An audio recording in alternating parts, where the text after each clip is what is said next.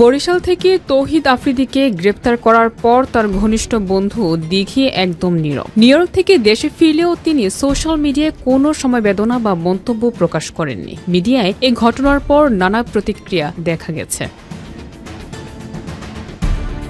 অন্যদিকে দুইজনেই তাদের সম্পর্ককে শুধুই বন্ধুত্ব হিসেবে দাবি করেছেন, তবে অনেকেই মনে করতেন তারা হয়তো প্রেমের সম্পর্কে আছেন। শেষ পর্যন্ত দেখা গেছে তৌহিদ আফ্রিদি রামিসা আল রিসার সঙ্গে বিবাহ বন্ধনে আবদ্ধ হয়েছেন। সে সময় দিঘি মন্তব্য করেছেন, সত্যি সত্যি তৌহিদ আফ্রিদির বিয়ে হওয়াতে আমি বেঁচে গেছি। আমি তো বিয়ের পরপরই ওর ফোন ধরে বলছি, যাক বাবা তুই আমারে বাঁচাইলি। আফ্রিদিও বলছে, আমি তোকে বাঁচাইনি, আমি নিজেও বাঁচলাম।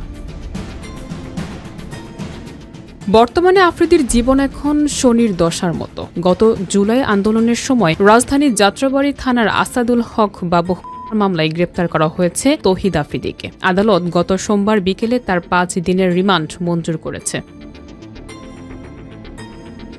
অনেকেই মুখ খুলছেন আফ্রিদির অন্যতম বন্ধু ও কন্টেন্ট ক্রিয়েটর তানভীর রাহি। অভিযোগ অনুযায়ী রাহির দেওয়া তথ্যের ভিত্তিতেই পুলিশ বরিশাল থেকে আফ্রিদিকে গ্রেপ্তার করেছেন।